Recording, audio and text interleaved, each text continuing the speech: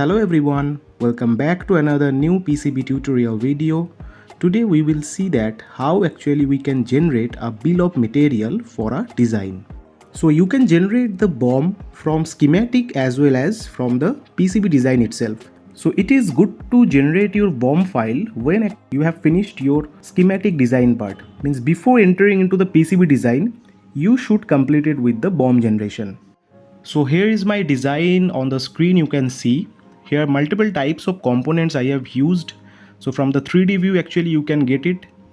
Now I want to generate the bill of material for this board. You can see I have used a microcontroller unit. You can see the designator, the description, the comment. So all of these things actually will be generated in the bill of material. So it's very simple. On the upper dashboard, you have to click on the report, and after that you have to click on the bill of material.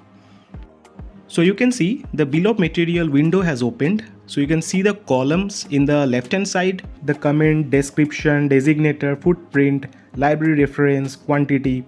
So as per your requirement, you can add some columns or you can remove some columns. And in the file format actually you can save this file as a CSV, MS Excel, means as per your requirement.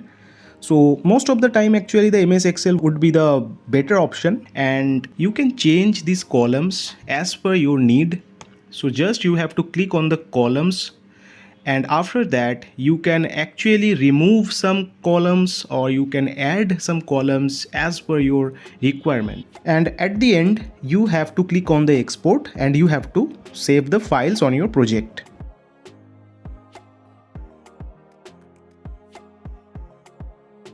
So your BOM has been generated in a MS Excel format.